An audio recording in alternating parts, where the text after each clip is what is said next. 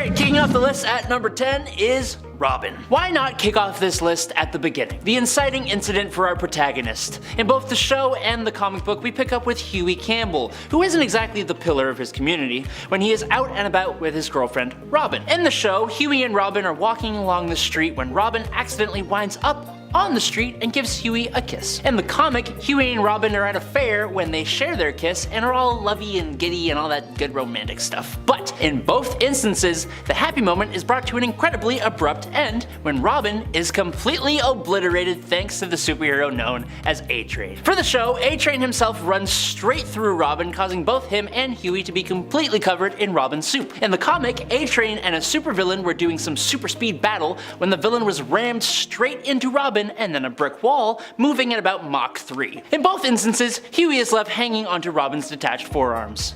At least it was quick. Number 9. Disfigured and discarded. I think one of the worst ways to go in the comics is actually Vikor's implied death. Although we don't see it on panel, the soup known as Mighty Warrior is used by Butcher to gain information on the Scorchers. How does Butcher convince Vikor to join him? By visiting him at his wife Norska's funeral and throwing him into the cremation oven next to her remains. While left horribly disfigured by this incident right afterwards, Vikor surprisingly survives thanks to his superhuman durability and even manages to heal most of his face. In the end, once Butcher has no more use of him, it's implied that he basically takes Mighty Warrior out to the forest in the guise of a secret meeting to dispose of him.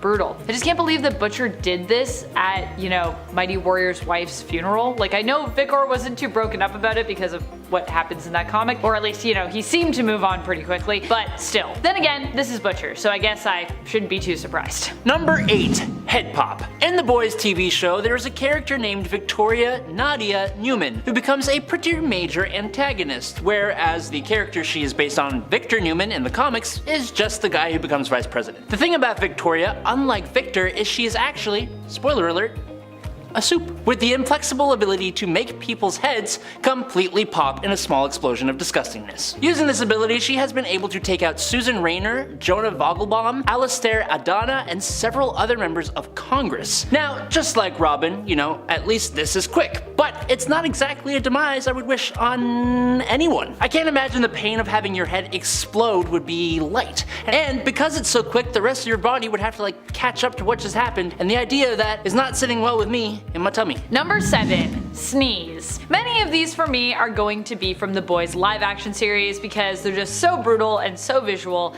and I just love the live action series so much. Once you see a lot of these, it's hard to get them out of your head. Case in point, in season 3 of the show, when Peter, Termite's love interest, is killed. Termite shrinks down to do something that I probably can't talk about here on YouTube. Let's just say it's something Peter very much enjoys. However, during this intimate moment between them, while Termite is shrunk down and literally inside of Peter's body, Termite sneezes. This causes Termite to unintentionally lose control of his powers momentarily, which can happen when he sneezes, changing back to his normal size. Well, I think you can see where I'm going with this one. If you have also watched season 3, which I hope you have if you're watching this video, then I'm sure this was also a moment that forever stuck out in your mind. Number 6. Popclaw. This part is kind of twofold. A-Train in the show seems like one of the only redeemable members of the Seven, outside of Starlight obviously. Well, A-Train was once on a team called Teenage Kicks, with Popclaw, a Wolverine-inspired soup, and his secret girlfriend. Popclaw was involved in one of the show's most heinous deaths when she accidentally crushes her landlord with her legs while they were doing the deed, if you know what I mean. That one was pretty shocking to watch, but Popclaw herself also suffered a pretty upsetting passing. Popclaw has a pretty damaged reputation. A-Train was so insecure about this, especially in the eyes of Homelander, that when he saw her as a liability, he took her life by giving her a substance overdose. It was pretty horrible to watch and makes me wonder how the hell they are planning to redeem A-Train going forward. Also, it's very real. Number 5. Biting your own tongue. Sounds like a weird way to put it, but that is in essence what happened to Stormfront in the end. Or at least what we were told happened to her I'm pretty sure it's what happened, but you know. She took her own life by biting off her tongue. While I'm still a little skeptical of this, as you know, we don't see her body or the act in question, I do believe that Stormfront at this point was extremely depressed, and so it does make sense that she would, you know, take this out. And also, we do at least, you know, see where she was when it happened. She ends up dying on Homelander's birthday, which causes him to have a straight up diabolical reaction to a woman threatening to jump off a building, who throughout the course of their conversation basically changes her mind. He's supposed to save her because it's his birthday save. I personally think, although Stormfront seemed to deserve her death and that it definitely felt karmic to me, that this would still be a pretty terrible way to go. Number 4, Timothy. The Deep in the show is pretty much the most pathetic hero of the 7. He might not be as pure evil and maniacal as Homelander, but he's still done some incredibly horrible things that are not redeemable at all. The only thing close to being redeemable is his care for aquatic animal life, which is still uncomfortable because he has some really deep relationships with some of his aquatic life, pun intended.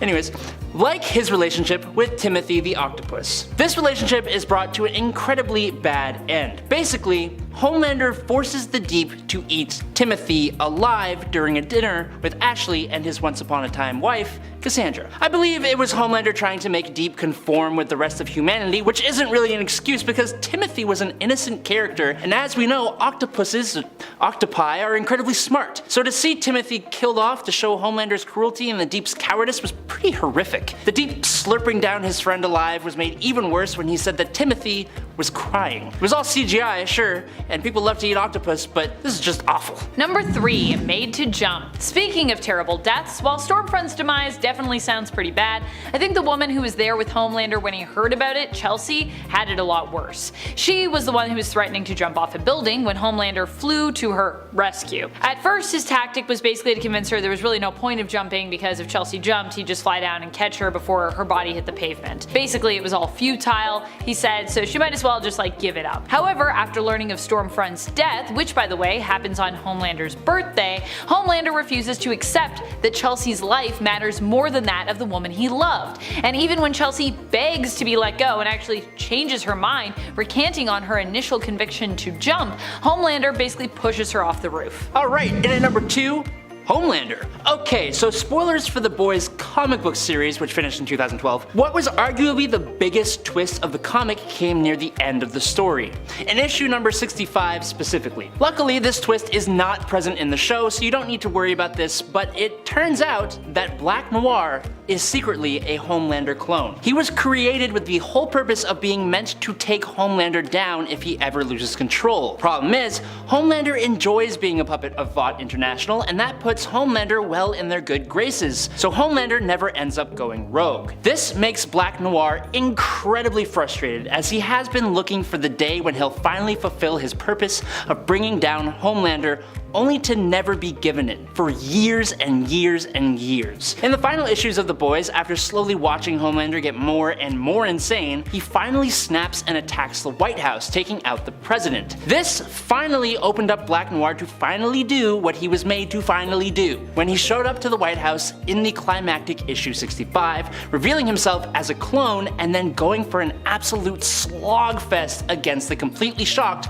Homelander. They ripped each other to shreds, but Black Noir came out on top before he stepped out onto the front lawn, missing significant chunks of his body. That is when the US military, alongside Billy Butcher, brought this insane soup to his brutal end with one final blow from Billy Butcher's crowbar and brain-crushing fist. Number 1, Pulverized. I don't really know how else to describe what happened to Supersonic. He was the ex of Starlight, who was originally known by the name Drummer Boy, a member of the all-superhero band Super Sweet. He and Starlight once dated and were friends, as we saw during his time on American Hero. American Hero was basically a reality TV show that Vought used to recruit their newest member of the 7 after Stormfront was of course removed from the team. Alex, under the codename Supersonic, ended up winning and joined Starlight in a plot to basically try and take down Homelander. However, he made a mistake in trying to recruit A-Train to their side, who basically ratted out Alex and Annie to Homelander. As punishment, Homelander ended up killing Alex brutally, to the point that when he revealed Alex's corpse to Starlight, Alex was pretty much almost unrecognizable save for his suit. His limbs and body were basically torn asunder and his face was just pretty much gone. Number 10, Black Noir. Black Noir is one of those characters that made a big impact with little screen time. He didn't even talk, but everyone still just loved him so much. He had a badass outfit and was able to hold his own in countless fights. I mean, he technically beat Kimiko, also known as the female, in a fight, and everyone knows how powerful and scary she can be. Not much is known about the live action take on Black Noir yet, but I'm sure in season 2 it will bring us even more answers about him, and honestly, I cannot wait for that. He is so damn cool. Number 9, Queen Maeve. Maeve is just one of those characters that got more interesting as the season went along. When it started, she seemed like, she was this kind of perfect hero / role model. And then, they slowly started letting us see what she was really like and how her life had changed. She kind of became this cynical hero who ended up abandoning a lot of her own beliefs. And that's why it's so hard for her to see Starlight come in and join the team, because that was kind of what she was like at one point. During the course of season 1, we find out more about her past, specifically some of her relationships. She and fellow hero Homelander used to be in a pretty serious relationship, and at one point Maeve is pretty drunk and goes to her other ex, Elena, who you can tell that she cares so deeply about, and Elena really cares about her, but they had a really rocky breakup. But the biggest storyline for Maeve came from the whole plane fiasco. Maeve and Homelander are tasked to save a plane that has been hijacked, and of course they failed to save it. Maeve really desperately tries, but when the pilots are killed and the plane is crashing, Homelander decides it's a lost cause, but Maeve is still desperately trying to save people, but of course, it doesn't end up happening. And for the rest of the season, you can see how that is just eating away at her. Plus, that also kind of starts to help her develop a relationship with Starlight, who she's kind of mean and rude to near the beginning, but near the end of the season opens up to and actually helps out. I'm curious to see where they're going to go and how they're going to expand her arc going forward. Number 8, the female. The female, also known as Kimiko, was a crucial piece of the puzzle during season 1. In fact, she was the main reason we started to really learn about Compound V and its effects on people. You see, Compound V is the reason people have superpowers. In this world, people thought that,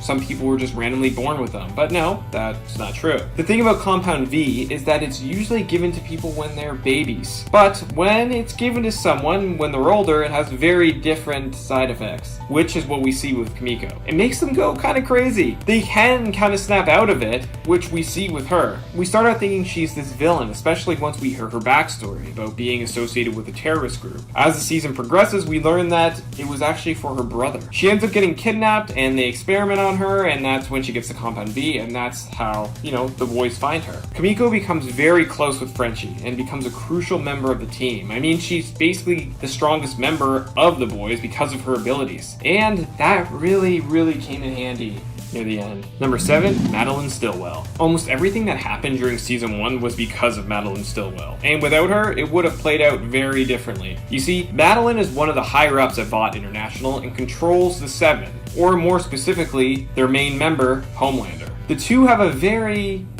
odd relationship? I think that'd be the word to use. But she uses that to her advantage to control Homelander. Madeline is the reason that the company makes so much money, and she runs the whole thing and made the company millions and millions of dollars, and she did that while also being a mom to a recently born baby, who I admit I thought was going to be connected to Homelander somehow. I mean, it maybe still could, but regardless, she is this cunning and ruthless and causes one of the biggest driving forces of the season, supers in the military. During the season, superheroes can't operate on foreign soil, and if Madeline lands a contract with the military, she would bring in billions to Vought, and it would give them even more control over the world. This is one of the biggest stories of the season, and well, it kind of ends up getting her, well, spoiler alert if you haven't seen this, but if you're watching this video, you've probably already seen it, but it kind of gets her killed in a very brutal way by Homelander. Regardless, Madeline is one of the most interesting and complex characters of the season. Number 6, Frenchie. Oh, Frenchie. I remember his arc went in a completely different direction than I was expecting. When you first meet him, he comes across as this kind of full of himself guy, but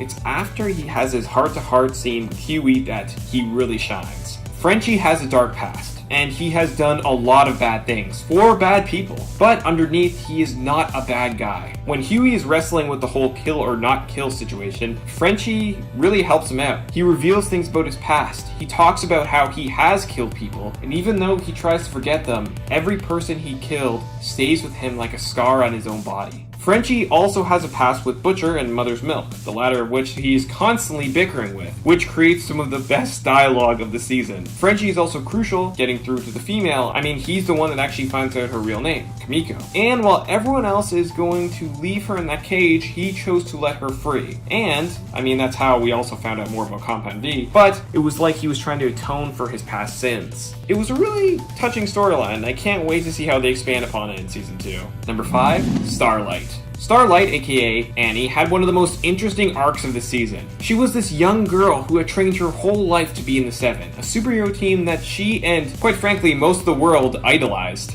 A lot of us would actually be exactly like her if that was real. It would kind of be comparable growing up with a film franchise, and then becoming an actor, and then one day you get the opportunity to act alongside your favorite actors in that same movie franchise you grew up watching. And then, of course, it kind of was nothing like what you thought it was. All her life, Annie wanted to save the world, and that's just really what she wanted to do. She trained day in and day out to make sure she was ready when the time would come. But when she got there, it was nothing like she expected. She experienced all kinds of harassment, and it felt like her whole world was crumbling down around her. And even when she found out about Compound V and how her mother lied to her and Huey lied to her entire life, she still managed to do the right thing and stand up to Vought. After everything she went through, she still wanted to do the right thing. And in the world of the boys, that is very rare. Number 4, Mother's Milk. Mother's Milk, aka Marvin Milk, oh man, he's just so cool. Aside from being an amazing character, he also had just one of the funniest moments of the season. And that was when he first met Huey. And then when Butcher introduced him as Mother's Milk, Huey was like, oh, like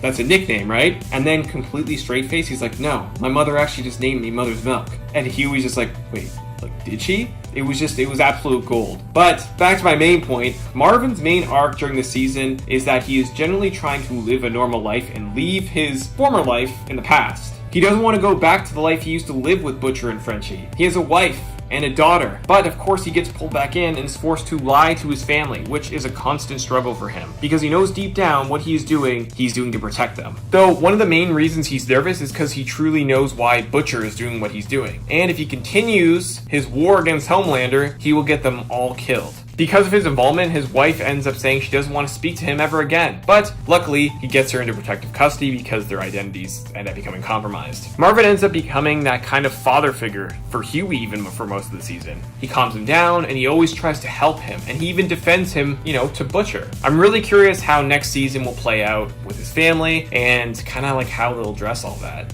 Number 3. Huey Campbell. I never expected to like Huey as much as I did, but I ended up relating to him so much. He's essentially us, the audience, learning and experiencing everything for the first time. Not only that, but he experienced such a tragic loss right off the bat with Robin. Even when Vought comes to him and offers to pay him a substantial amount of money, which a lot of people would have just taken. His father wanted to, but he works with Butcher to plant a device in Vought's main building so they could try to dig up dirt on them. Even though he is scared out of his mind doing it. He even rips up the check, which you can tell was the moment that even Butcher knew Huey was a great guy. Throughout the season, he does so much that it's amazing that he's still sane. I mean, he blows up Translucent, he blackmails Ezekiel, he breaks into Vought, he lies to someone he really cares about, Annie, and he even goes back into danger to save Frenchie and Mother's Milk in the end. He has so much growth over the season that it was so great to see. It was also nice to see his dad, who was played by Simon Pegg, which was awesome, actually ended up respecting him in the end, because both of them had been these scared and nervous guys their whole life, and he was just happy to see Huey finally standing up for himself.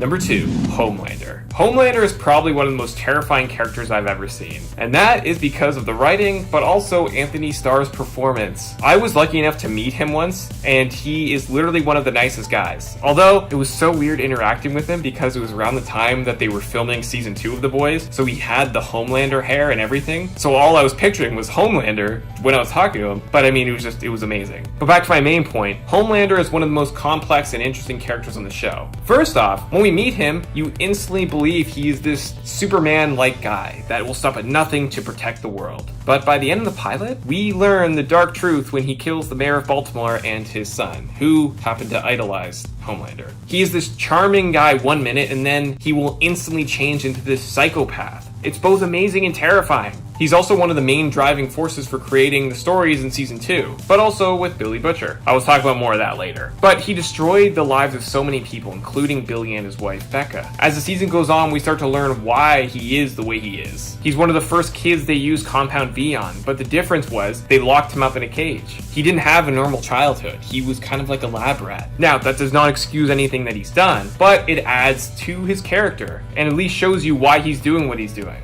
He's someone basically you love to hate. Plus, he set up season 2 by giving Compound V to terrorist groups around the world, so that, they could create super villains and that he would be able to stop them, and Vought could make more movies and make an insane amount of more money. I can't wait to see him face off against people in season 2 and where they take his story. Number 1, Billy Butcher. Billy Butcher. I think he is not only the best character in the show, but just one of the coolest characters on TV right now. He's just so badass.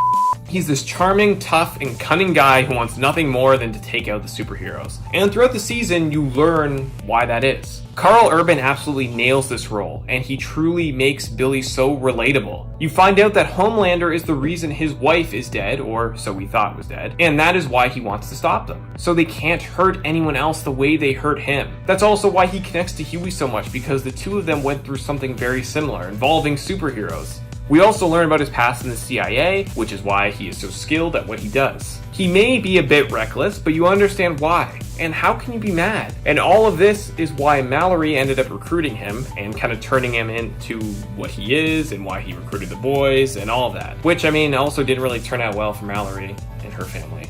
But Billy is a character that will do whatever it takes to take down the Supes, and if that means getting his hands dirty, then so be it. But even though he comes across as a guy that doesn't care about anything, everyone knows that couldn't be farther from the truth.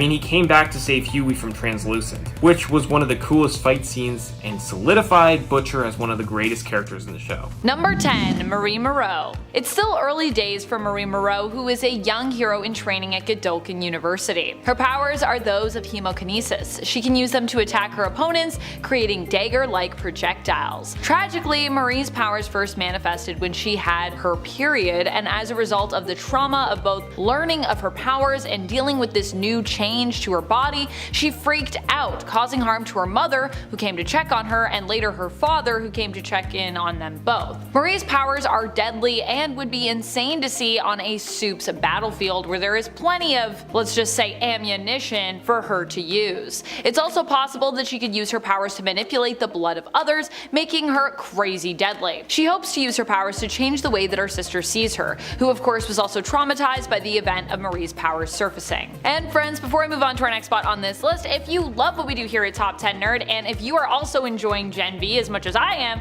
be sure to let us know by clicking that like button. Number 9, Kimiko. I always felt like Kimiko is such an underrated character in The Boys, something that is highlighted by her comic book version, who is simply known as the female. Kimiko, as a character both in the comic book adaptation and in the series, falls into that dangerous Asian stereotypical trope of being a very silent character, the silent Asian trope. She's many in a long list of individuals who have fit that bill in media, especially when we're talking about female characters. However, while Kimiko obviously isn't someone that's verbally speaking in the show, I do love how the issue of how she was portrayed in season 1 was actually taken into account by showrunners, who actively tried to combat that stereotype in season 2 and season 3 by giving her character more depth and more to say, although of course not verbally, but at least via her own sign language, which she uses to communicate with. The reason why Kimiko is so unstoppable is because she is so determined to protect those that she loves, and of course she is super strong,